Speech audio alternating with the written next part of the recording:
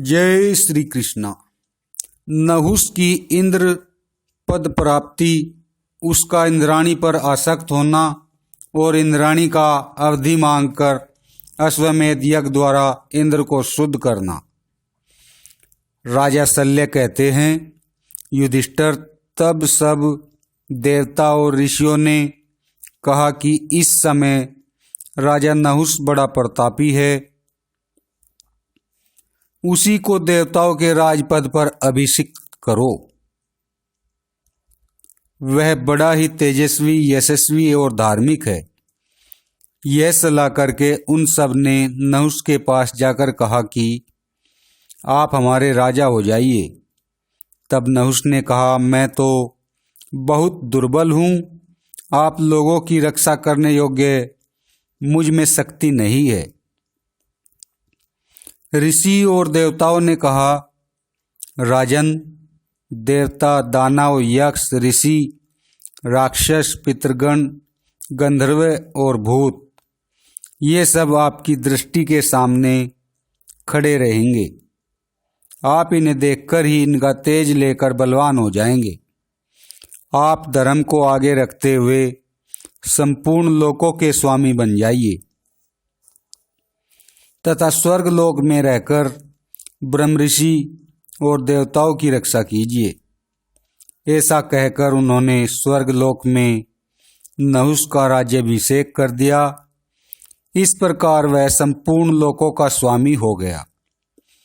किंतु इस दुर्लभ वर और स्वर्ग के राज्य को पाकर पहले निरंतर धर्मपरायण होने पर भी वह भोगी हो गया।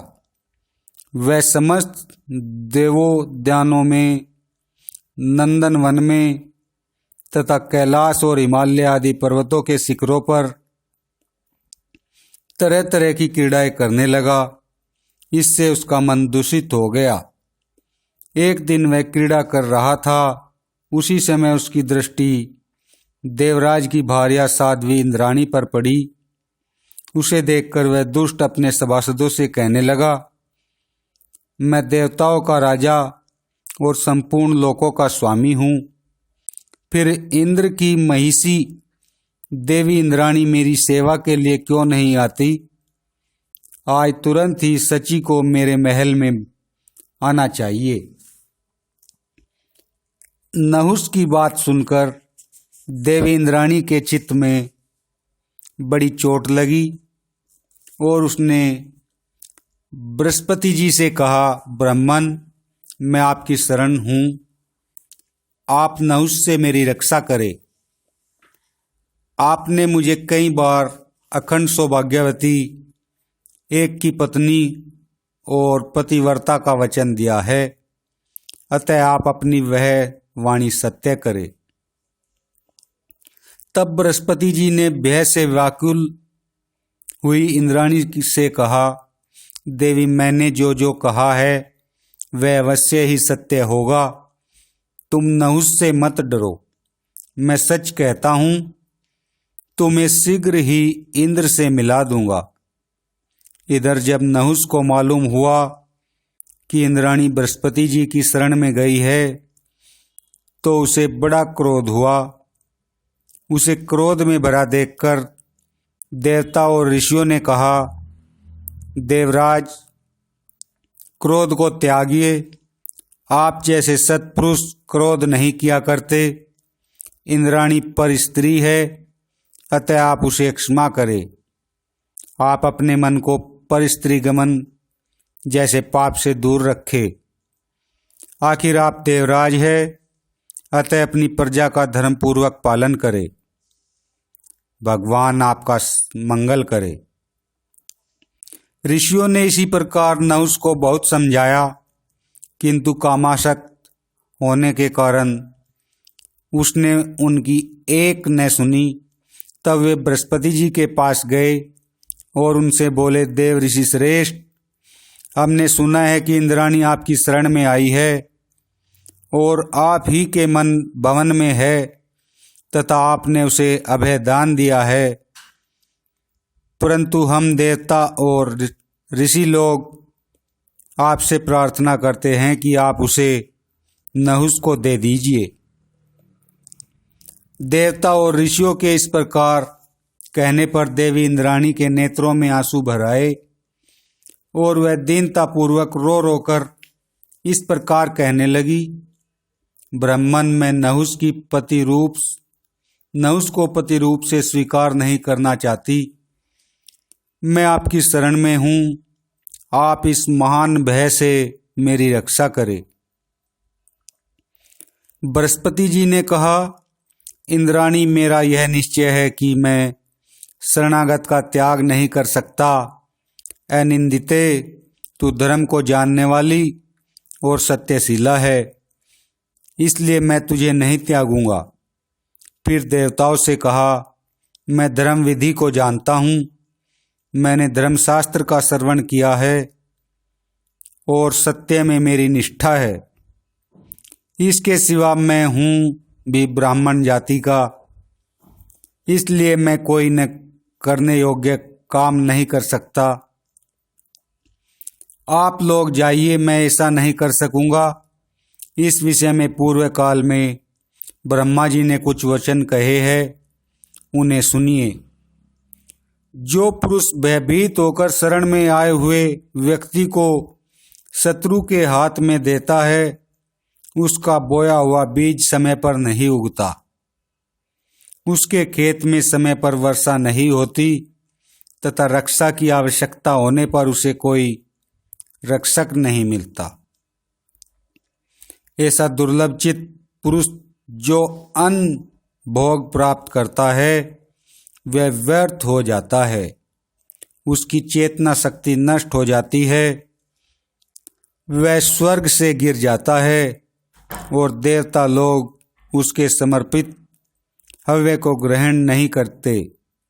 उसकी संतान अकाल में ही नष्ट हो जाती है और उसके पितृ सदा नरक में निवास करते हैं और इंद्र के सहित देवता लोग उस पर वज्राघात करते हैं।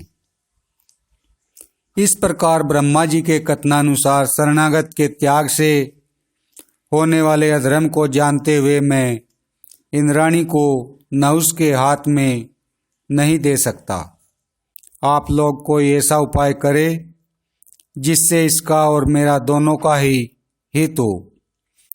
तब देवताओं ने इंद्राणी से कहा, देवी यह स्थावर जंगम सारा जगत एक तुम्हारे ही आधार से टिका हुआ है। तुम पतिव्रता और सत्यनिष्ठा हो, एक बार नहुस के पास चलो। तुम्हारी कामना करने से वह पापी शीघ्र ही नष्ट हो जाएगा और देवराज शुक्र फिर अपना ऐश्वर्य प्राप्त करेंगे। अपनी कार्य सिद्धि के लिए देवताओं से ऐसा निश्चय करके इंद्राणी अत्यंत संकोचपूर्वक नहुस के पास गई। उसे देखकर देवराज नहुस ने कहा, शुचिस्मिते, मैं तीनों लोकों का स्वामी हूँ, इसलिए सुंदरी तुम मुझे पति रूप में वर लो। नहुस के ऐसा कहने पर पतिव्रता इंद्राणी भय से व्याकुल होकर कांपने लगी। उसने हाथ जोड़कर ब्रह्मा जी को नमस्कार किया और देवराज नहुस से कहा, सुरेश्वर, मैं आपसे कुछ अवधि मांगती हूँ। अभी यह मालूम नहीं है कि देवराज शक्र कहाँ गए हैं और वे फिर लौट कर आवेंगे या नहीं। इसकी ठीक ठीक खोज करने पर यदि उनका पता न लगा तो मैं आपकी सेवा करने लगूंगी। नहुस ने कहा, सुंदरी तुम जैसा कहती हो वैसा ही सही। अच्छा, शक्र का पता लगा लो, किंतु देखो अपने इन सत्य वचनों को याद रखना। इसके पश्चात नहुस से विदा होकर इंद्राणी बृहस्पति जी के घर गई। इंद्राणी की बात सुनकर अग्नि आदि देवता इकट्ठे होकर इंद्र के विषय में विचार करने लगे। फिर वे देवाधिदेव भगवान विष्णु से मिले और उनसे व्याकुल होकर कहा, देवेश्वर, आप जगत के स्वामी तथा हमारे आश्रय और पूर्वज है। आप समस्त प्राणियों की रक्षा के लिए ही विष्णु रूप में स्थित हुए हैं। भगवान, आपके तेज से वृत्रासुर का विनाश हो जाने पर इंद्र को ब्रह्महत्या ने घेर लिया है। आप उसे छूटने का उपाय बताइए। देवताओं की यह बात सुनकर विष्णु भगवान ने कहा, इंद्र अश्वमेध यज्ञ द्वारा मेरा ही पूजन करे, मैं उसे ब्रह्महत्या से मुक्त कर दूंगा।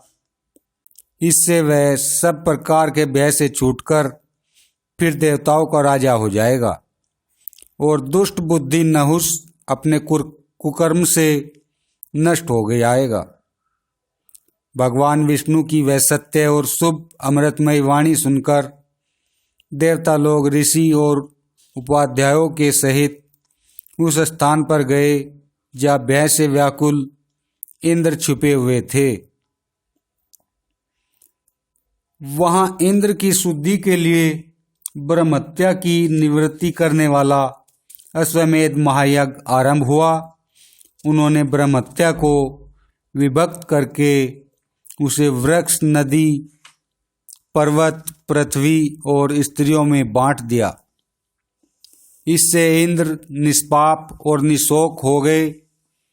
किंतु जब वे अपना स्थान ग्रहण करने के लिए आए तो उन्होंने देखा कि नहुस देवताओं के वध के प्रभाव से दुस्सह हो रहा है तथा अपनी दृष्टि से ही वह समस्त प्राणियों के तेज को नष्ट कर देता है।